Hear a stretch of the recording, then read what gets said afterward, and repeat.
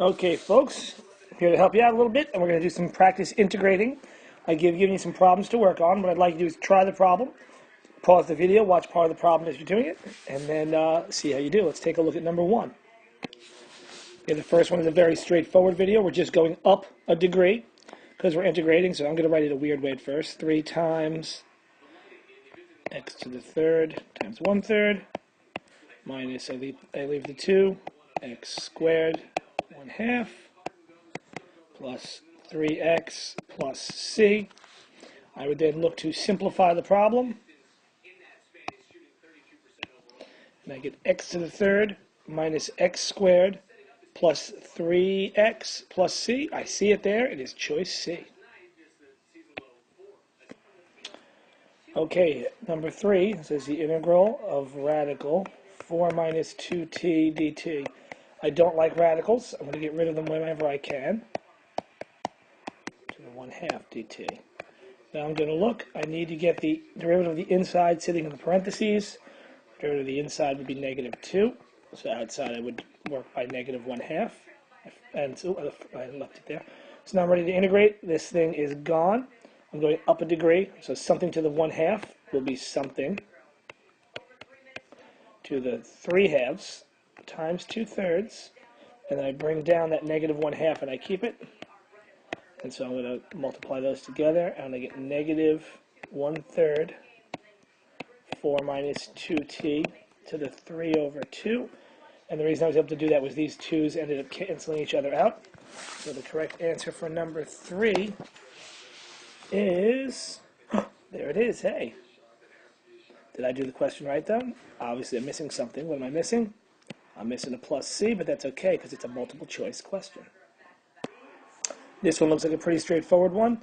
It's something to the 5th, so I need to get the derivative of the inside in the parentheses here. So I'm going to put a -3 times -3 in there, times -1/3 on the outside. The integral of something to the 5th is something to the 6th. Oops, we're at 1/6. Times the -1/3. Bringing that down, so I'm going to simplify that into -1/18. 2 minus 3x to the 6th. I'm going to look at answers on number 4, and whew, it's there, D. What'd you say, Will? You're right, Will. Got to have a plus C on there. Okay, weird looking problem the way it's set up. First thing I'm going to do is I'm going to move this dx out over here. I don't like it sitting there, so I'm going to erase it from here, put a 1 back on top, and put the dx over there. Now, the next thing is, if I don't have to have a fraction, I'm going to get rid of fractions. Always, always, always, always, always. Unless it looks like it's going to be an ln. Anything squared, anything to any power is not going to be an ln. So I'm going to rewrite this as the integral. I'm going to move just this up of 1/3 times 2x minus 1 to the -2 dx. I can't integrate until I have the derivative of the inside sitting here, which is going to be 2. So I need a 1/2 outside. I'm going to move this 1/3 temporarily outside. So now I'm just integrating something to the -2. It's going to go up a degree, so it's going to be something to the -1, went up a degree, times -1/1 on the outside. I keep my 1/3, I keep my 1/2, my plus C, and then I combine things together, and I end up with, I'm going to write it on the next page just so I can see it. It's going to be, there's what I see, 2x, -1/6 times 2x minus 1 to the -1st. And I'm looking, and I'm looking, and uh-oh, I don't see that answer there. So I'm going to assume that I'm right. I'm going to try to rearrange my problem here. I see a lot of fractions here, so even though I moved this piece up before, let's move it back down. It becomes -1/6 times 2x minus 1 to the first. Who wrote -1st? To the first. And now I could distribute that 6, 12x minus 1, and minus 1 minus 6 plus C. And I'm looking at the problems, and oh, I see something similar. B looks really similar, so I'm just going to take a look at it next to it. Doesn't look exactly the same, but it looks similar because it's got I have a positive 12 and a negative 6. It has a positive 6 and a negative 12. But look, I have an extra minus sign here. I can distribute that minus sign back in, and I could get the answer to match.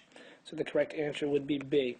This is a very common thing they do. They have you flip things up and down, and they have you change signs around. You have to be able to maneuver those things back and forth. Okay, I've got a fractional thing again, but this time the bottom is not to a power. So it's probably going to be an ln, and I'm not going to move it up. I'm going to rewrite this as 2 over 1 plus 3u du. Well, what's the derivative of the bottom? The derivative of the bottom is 3, so I'm going to put a 3 there, multiplied by 1/3 out front. So I got 2/3 times the integral of 1 over something is the ln, the absolute value of something, plus c. I'm going to look at the answers. Oh, look at that. It's choice A. All right. Okay, integrating. I've got a fraction. I'm hoping the top of the fraction has something to do with the derivative of the bottom. But if I can get rid of fractions, I'm going to do so. I'm going to rewrite this. I'm always going to get rid of fractions if I can. I'm going to rewrite this as 2t minus 1 to the negative 1/2. It's the same as taking this and putting it to the 1/2 and then moving it up, times t dt. So the derivative of the inside is going to be 4t. Well, you already have a t lying around. I can put a 4 in there, counteract it with a 1/4. Now the integral of something to the negative 1/2 is going to be that something to the positive 1/2 times 2. So that's going to be equal to 2 over 4, which is 1/2 2t squared minus 1 to the 1/2. I'm going to look at the answers. 1/2. Oh, I don't see something to the 1/2. But if you look, just double check to make sure I'm right. If I look at choice E, it's the same as that with a radical sign on it. 2t squared minus 1. And of course, well, I didn't forget my plus c. So that one is choice E. Okay, next is number 9. Number 9 is the integral of the cosine of 3x dx. Okay, I need the derivative of the inside sitting here, which is 3. So I'll put a 1/3 on the outside. Okay, so the integral of cosine is either sine or negative sine. I'm never sure. I'm going to write down sine of 3x. I'm going to work backwards. What's the derivative of sine? Sine is cosine, so it works out. So I'm going to leave it like that. Plus c. I'm going to bring down my 1/3. And look at number 9. And sure enough, both answers, both positive and negative are there. We can work out it's going to be 9 is going to be D. If you really aren't shown these multiple choices, some people actually they take the answers and they take the derivative of the answers to see which one they get. That works as well. Okay, next one is number 10. Number 10 is x integral x over 1 plus 4x squared dx. I'm already have a little twitch in my brain because I know the derivative of 1 plus 4x squared is 8x. So I have the piece sitting there I'm going to need to make this an ln problem. And the answers kind of indicate to me it's probably going to be an ln problem. So I'm going to rewrite this as 1 over 1 plus 4x squared times x dx. Okay? The derivative of the bottom is 8x, so I need to put an 8 here, do a 1/8 out here.